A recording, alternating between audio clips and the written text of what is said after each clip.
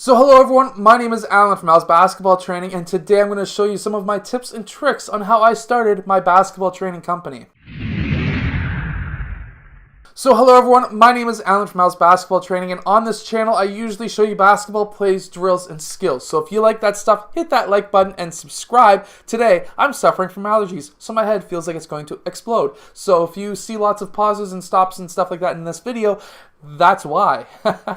Sneezing and everything, it's just destroying me. Anyways, so on a happier note, how do you start a basketball training company? That is why we are here today, and that's why I'm making this video. So obviously, I am not going to be giving you any super top secret tricks and stuff like that for this video, because then that would just cannibalize my company, so why would I do that? However, what I will tell you today is how I got started and how you can get started as well. So yeah, my head's going to just like explode from these allergies, but anyways, so first of all, how did I get started? I have been running my basketball training company for 11 years.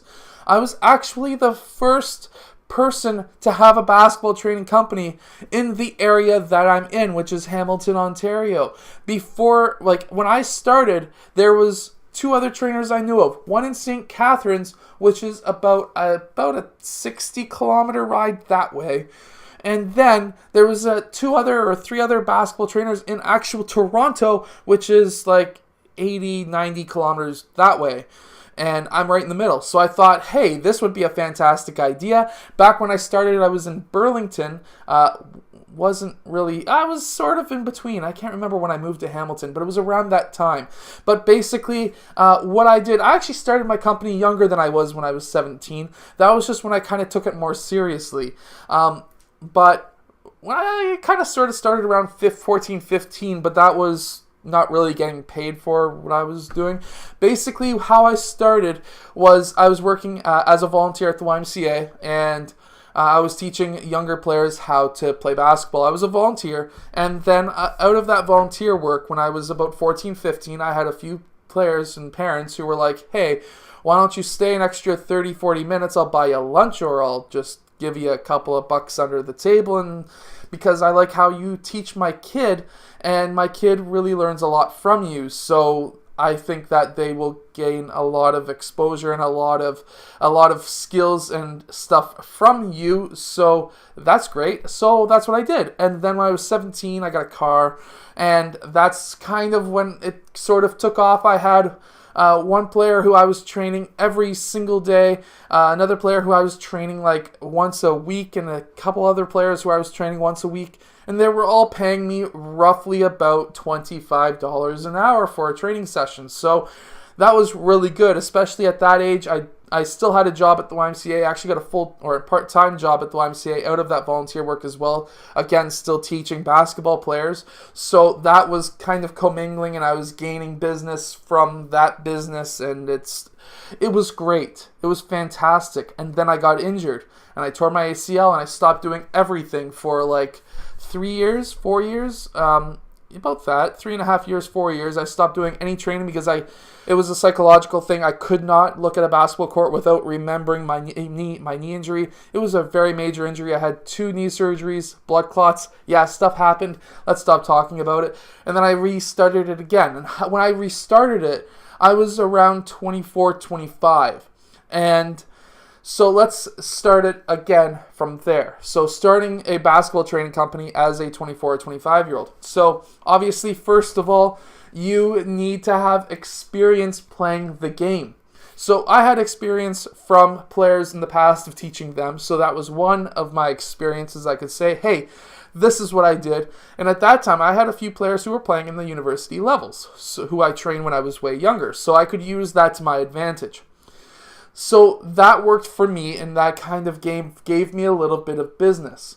From the other side, starting off all over again, Kijiji ads worked really well. But first of all, you have to know what you're talking about. You can't just go in and say, hey, I'm here. I played House League for 3 years, and that's my experience. Or what we have in this area is a lot of high school coaches who think that they know how to coach basketball or train basketball players, and then they train them for like $10 an hour, which doesn't make any sense to me because that's less than minimum wage here in Canada.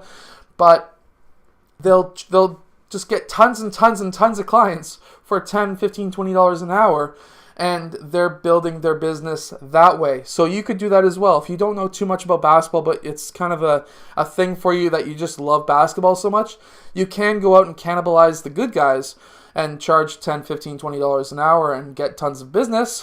Or if you know what you're talking about, like myself, I played in the NBA Development League. If you don't already know, if you don't, go check out my website. By the way, you need a website. Websites are good. They give you lots of free traffic, and if you know how to do search engine optimization, SEO, which you'll just be going crazy about, I rank number 1 in Hamilton. If you're from this area and you type in basketball training, I'm number 1. The one on top of me is IBSA basketball, and he's paying for that advertising spot. So, he's number 2 on the list. I'm number 1, but he gets number 1 because he's paying for ads. That's another thing that you could do. You can pay for Google AdWords, except they're very expensive now. There's cheaper ways, but again, that's my own intellectual property, IP, which I ain't giving out. But if you watch a lot of Gary Vaynerchuk, he'll give you everything I know about marketing online.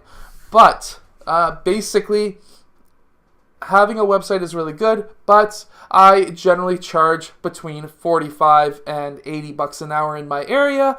I am a freelance trainer, which means I will travel to any basketball court in the area. I will even will travel out to way past Toronto if they're willing to pay. Of course, I'm not going out there for $45 an hour. I would be crazy.